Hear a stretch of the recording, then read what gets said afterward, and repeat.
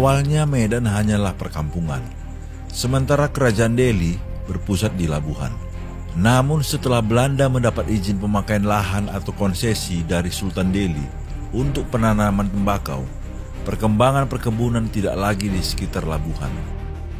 Setelah lama menetap di Labuhan, pada tahun 1869, Jacob Nenhuis, pendiri Delhi Maskapai, pindah ke Medan yang kala itu masih bernama Kampung Medan Putri. Dia mendirikan rumahnya dan kantor perkebunan tembakau Delhi di antara pertemuan Sungai Babura dan Sungai Delhi. Perkembangan Medan Putri menjadi pusat perdagangan telah mendorongnya menjadi pusat pemerintahan. Tahun 1879, ibu kota asisten residen Delhi dipindahkan dari Labuhan ke Medan.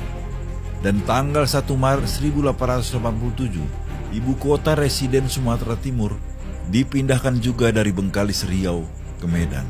Istana Kesultanan Delhi yang semula berada di Kampung Bahari Labuhan juga dipindahkan ke Medan. Pemindahan ini bertepatan dengan selesainya pembangunan Istana Maimun tanggal 18 Mei 1891. Mulai saat itu, ibu kota Kesultanan Delhi resmi pindah ke Medan.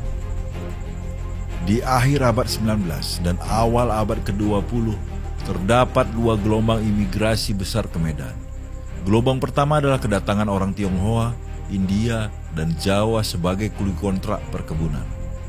Tetapi setelah tahun 1880, perusahaan perkebunan berhenti mendatangkan orang-orang Tionghoa karena sebagian besar dari mereka lari meninggalkan kebun dan sering melakukan kerusuhan.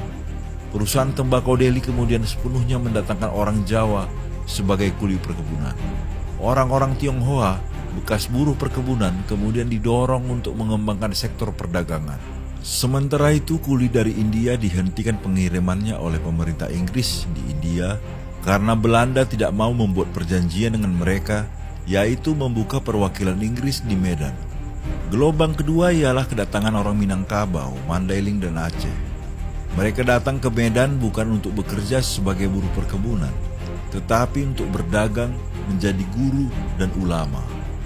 Pada tahun 1915, residen Sumatera Timur ditingkatkan kedudukannya menjadi gubernur. Pada tanggal 1 April 1918, kota Medan resmi menjadi Gemeenti, kota Praja atau kota Madya, dengan wali kota pertamanya bernama Baron Daniel Mackay.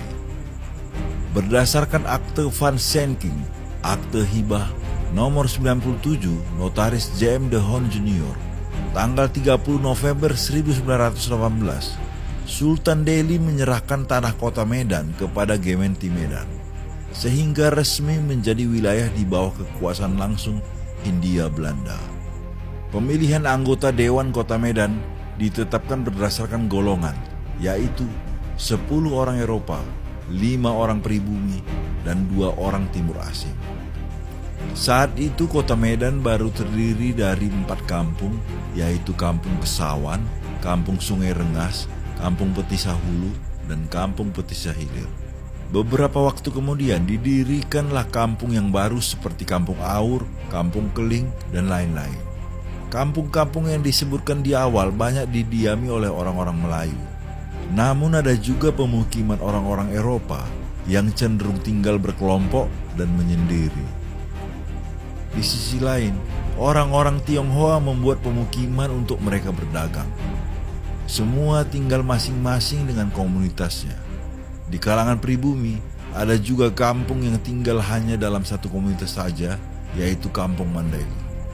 Pada tahun 1918, penduduk Medan tercatat sebanyak 43.826 jiwa yang terdiri dari Eropa 409 orang, pribumi 35.009 orang, Tionghoa 8.269 orang, dan Timur Asing lainnya 139 orang.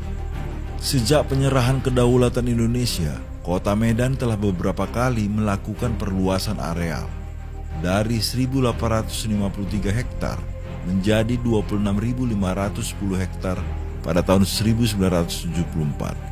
Dengan demikian, dalam tempo 25 tahun setelah penyerahan kedaulatan, kota Medan telah bertambah luas hampir 18 kali lipat dari zaman Belanda.